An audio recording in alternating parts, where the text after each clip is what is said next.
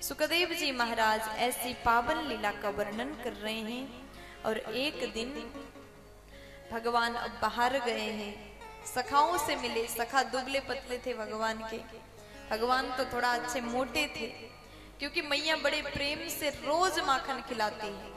लेकिन भगवान के सखा बिल्कुल दुबले पतले। तो सखाओं से कहते हैं, क्या तुम लोग माखन नहीं खाते? सखा बोले, कन्हैया क्या करें, हम लोग खाना तो चाहते हैं, लेकिन हमारी माताएं माखन बेचने के लिए मथुरा ले जाती है, इसलिए हम लोग के हिस्से में वो जो मट्ठा होता है ना, वही मिलता, वही पीते हैं। तो भगवान बोले, चिंता मत करो, मुझसे दोस्ती कर लिया है तो माखन हम ही खिलाएंगे। तो कन्हैया अपने सखाओं को लेकर के जाते हैं, थोड़ा दूर गए। अब भगवान पढ़ा रहे हैं, सिखा रहे हैं, कल से हम लोग माखन चोरी करेंगे, तो सब कोई अपने अपने घर में चोरी करना सीख जाओ। आप कोई भी बड़ा काम करने वाले होते हो ना, तो पहला प्रैक्टिस घर से किया जाता है। तो भगवान बोले, आज बाहर नहीं जाएंगे, घर से ही चोरी करेंगे। सब अपने अपने घर में जहां रखा हो चोरी करके खाएंगे। अब सब गए अपने अपने घर में माखन चोरी किया। दूसरे दिन वही जगह पर आए, सब मिले। तो भगवान बोले, हाँ तो बताओ कैसा रहा पहला दिन? सखा बोले, कन्हैया बड़ा मजा आया, खूब भर के खा लिया, अब बड़ा आनंद आ रहा है, कल भी ऐसा ही करेंगे। तो दूसरे सखा बोला, हमको भी बड़ा मजा आया। दो चार सखा बोले, हमको बड़ा आनंद आया। लेकिन दो तीन सखा बोले, कन्हैया तुमने जो बताया था ना, वही हमने किया, लेकिन आज के बाद कभी हम चोरी नहीं करेंगे। भगवान बोले, क्यों, क्या हो गया? तो सखा बोले, जब हम चोरी कर रहे थे ना, उसी समय हमारी मैया आई, और जैसे चोरी करते हम पकड़े गए, तो इतना जोर का चाटा मारा है ना, अभी भी गाल लाल है। अब सखा बोले, कल से हम चोरी नहीं करेंगे, क्षमा करिए। भगवान बोले, ठीक है, जिसको नहीं करना इधर हो जाओ, जिसको करना इधर हो जाओ। तो जैसे अलग अलग खड़े हो गए। भगवान बोले, ठीक है, कल से जो चोरी करने वाले टीम है सब चोरी करेंगे, और ये जितने ना करने वाले ये आउट हो जाएंगे, इनको निकाल दिया जाएगा। अब जैसे सखाओं ने सुना कि हम निकल गए इस ग्रुप से, तो उनको लगा कि अब कैसे जिएंगे। प्यार से बोलो, भगवान के बिन कैसे रहेंगे हम? तो उन्होंने कहा, कन्हैया एक काम करो, हम चोरी करेंगे। भगवान बोले, करोगे? सखा बोले, पक्का करेंगे। आप हमको कभी भी अपने टीम से मत निकालना, आपके साथ हमको रहना है। उसके लिए हमें रोज माताएं मार भी दे तो सहन करेंगे, लेकिन हम आपके साथ रहेंगे। भगवान बोले, ठीक है, सीखना जरूरी है, सीखते टाइम थोड़ा बहुत मार भी पड़ता है तो सह लो, लेकिन हम तुम सबका पेट भरना चाहते हैं। भगवान का उद्देश्य अच्छा है। तो उसके बाद अब धीरे धीरे भगवान घर से सीखते हैं। तो दूसरे दिन, तीसरे दिन ये चोरी प्रक्रिया आगे बढ़ता जा रहा है। भगवान सबको बताते, आज एक काम करते हैं, आज वो वाली गोपी के घर में जाके चोरी करेंगे। तो अपने सखाओं के साथ में कन्हैया गोपियों के घर जाते हैं, नित्य प्रति चोरी करते हैं, माखन पूरा खत्म करते हैं। खाने के बाद उस मटका को सूंघ लेते हैं। तो भगवान बोलते, कैसा बर्तन है, अच्छा सा भी नहीं है, देखो बदबू आ रहा है। अब एक काम करो, इसको तोड़ दो, यहीं पे मटका को तोड़ करके घर जाते हैं। एक दिन हुआ, 2 दिन हुआ, हफ्ता भर हुआ। अब गोपियां विचार करती है, कन्हैया कितना बदमाश है, रोज आता है, चोरी करता है। चोरी करता तो ठीक था, बंदरों को खिलाता, मटका को तोड़ता है। अब जितनी गोपियों की सास है ना, वो सब डांटती है, अपनी बहुओं के ऊपर चिल्लाती है, अरे तुम लोग कैसी हो सकता है तुम लोग छुप करके माखन खाती होंगी। अब देखो, ऐसे ही आरोप लग जाता है, लेकिन फिर भी गोपियां सहती हैं।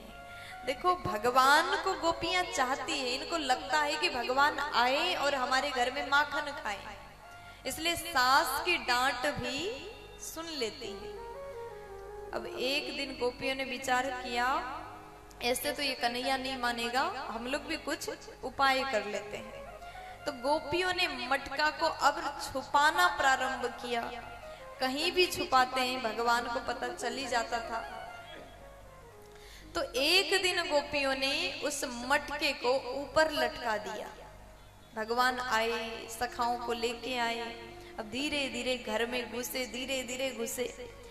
तो भगवान बोले भीतर कोई नहीं, आ जाओ। सब कोई अंदर प्रवेश करते हैं। जैसे भीतर जाके मटका खोजने लगे, कहीं पर भी मटका नहीं मिला। अब भगवान बोले गोपी ने कुछ किया है, पक्का कहीं छुपाया होगा, चलो ढूंढो, तुम उस कोने में जाओ, तुम इधर जाओ। सबको अलग अलग लगा दिया, सब ढूंढने लगे। तो भगवान का नजर जैसे ऊपर गया, माखन लटका हुआ। तो भगवान बोले मिल गया, आ जाओ सब कोई। सब आ तो गए, ऊपर देख के खड़े। अब कैसे उतारे नीचे, इतना ऊपर है, हमारा हाइट छोटा है, क्या किया जाए। तो भगवान बोले एक काम करो, तुम यहाँ सबसे नीचे तुम बैठो, और एक के ऊपर दूसरे, दूसरे के ऊपर तीसरे, ऐसे भगवान सबसे ऊपर गए और जाकर के माखन जैसे निकालने लगे। तो वहां पर घंटी भी था। गोपियां भी बड़ी चतुर, जब माखन चोरी होगा तो हमको पता चलेगा। उस जमाने में सीसीटीवी तो था नहीं। आजकल के लोग होते चोर पकड़ने के लिए सीसीटीवी लगाते, कैमरा लगाते, लेकिन गोपियों ने ये युक्ति सोचा कि हम घंटी साथ में लटका देते हैं, जैसे चोरी होगा तो घंटी बजेगी, हम दौड़ के आएंगे।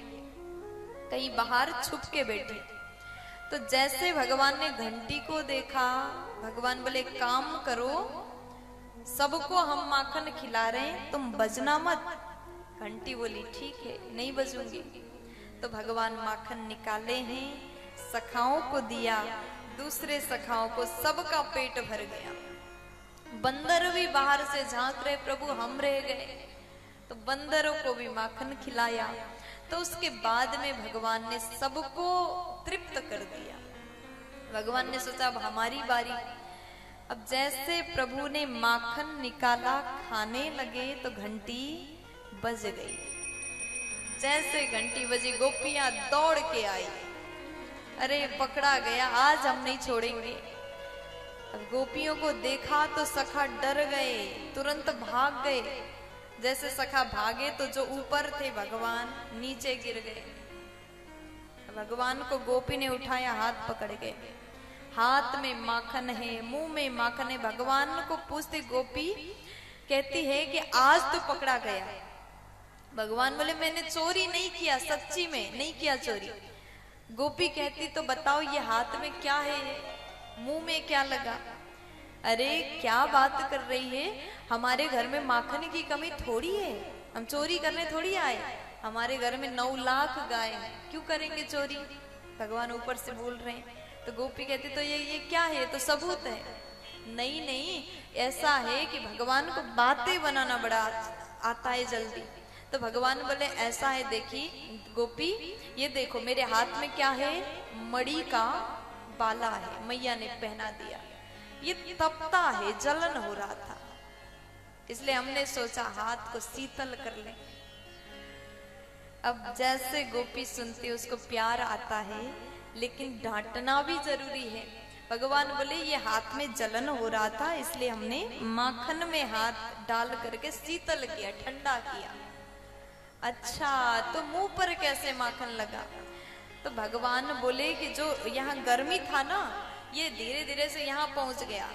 शरीर तो एक है, कहीं भी जलन हो सकता, करंट एक जगह लगे तो पूरे शरीर में लगता है, उसी प्रकार यहाँ जलन हो रहा था, तो धीरे धीरे फैला। और हमने सोचा थोड़ा मुंह में भी ठंडा कर लें, इसलिए लगा लिया। तो इतनी बातें बनाए, लेकिन कोई बात काम में नहीं आया। गोपी नहीं मानी। तो गोपी कहती है आज चाहे कुछ हो जाए, शिकायत करूंगी। हाथ पकड़ के खींच रही, चलो। तो भगवान को खींच करके ले जा रही। भगवान बोले गोपी छोड़ दो ना, अगली बार से पक्का नहीं आऊंगा, कभी नहीं आऊंगा। लेकिन गोपी भी नहीं मानती। आज पहली बार हाथ लगाए, ऐसे कैसे छोड़ दें। आज तो हम शिकायत करेंगे। भगवान को खींच के जा रही है, रास्ते भर में डांट रही है, चिल्ला रही है। अब देखो ब्रजवासी, जो ब्रज की माता है ना, घूंघट डालती यहाँ तक, चेहरा पूरा ढका हुआ होता है। तो इतने में भगवान सोच रहे हैं गोपी का चेहरा तो ढका है, अब क्या करें, कुछ नया सोचना पड़ेगा। तो इतने में उस गोपी का पति उधर से आता दिखाई दिया। भगवान ने देख लिया ये अच्छा मौका है, इधर आजा। जैसे पति को बुलाए वो भी बेचारा आ गया। अब गोपी तो जा रही भगवान को लेके। भगवान बोले देखो मेरे हाथ में दर्द हो रहा है, एक काम करो तुम दूसरे हाथ में पकड़ो। गोपी बहुत जोर से पकड़ के ले जा रही थी। भगवान ने जैसे कहा दूसरे हाथ में पकड़ो, तो गोपी ने भी सोचा बेचारा बच्चा है तो दर्द हुआ होगा, तो हाथ छोड़ के दूसरे में जैसे पकड़ने लगी तो इतने में भगवान ने उसी के पति का हाथ पकड़ा दिया। अब पति को खींच करके ले जा रहे। भगवान तो छोटे से जल्दी से भाग के घर गए, हाथ मुंह धो लिया, अच्छे बन के हाथ मुंह पोंछ के भगवान कक्ष में बैठ गए। अब गोपी जो है पति को खींच के ले जा रही, डांट रही, चिल्ला रही है। अब जैसे नंद भवन पहुंची वो आवाज लगाती है, नंदरानी बाहर आ जाइए, यशोदा जी बाहर आओ। जैसे मैया बाहर आई, गोपी कहती आपने कहा था मेरा बेटा बड़ा अच्छा है, कभी चोरी नहीं करता, तो देख लो आज हम आपके बेटा को चोरी करते हुए पकड़ के लिए आज पकड़ा गया। कुछ बोल नहीं पा रहा है, डर में है, भय में है। मैया अपने बालक को सुधार लो, अभी से संस्कार दो, नहीं तो बिगड़ जाएगा। खूब सुनाया। अब यशोदा जी को हंसी आ रही है, तो मैया बोली गोपी एक काम करो, एक बार अपना घूंघट उठा करके देख लो। तो गोपी कहती है ऐसा क्यों? मैया ने कहा मैं बोल रही हूँ इसलिए मान लो, घूंघट खोलो। तो जैसे गोपी ने अपने घूंघट को उठाया तो उसी का पति खड़ा था, भगवान नहीं थे। पति को जैसे देखी अब उसको अपनी बातों पर बड़ा शर्म आ रही है, हमने क्या क्या बोल दिया। मैया यशोदा मुस्कुराती हैं और गोपी जल्दी से वहां से घूंघट डाली और घर में भाग के चली गई। इस प्रकार कन्हैया ने बड़ा ही पावन सुंदर सुंदर मनोहर लीला गोकुल में किया।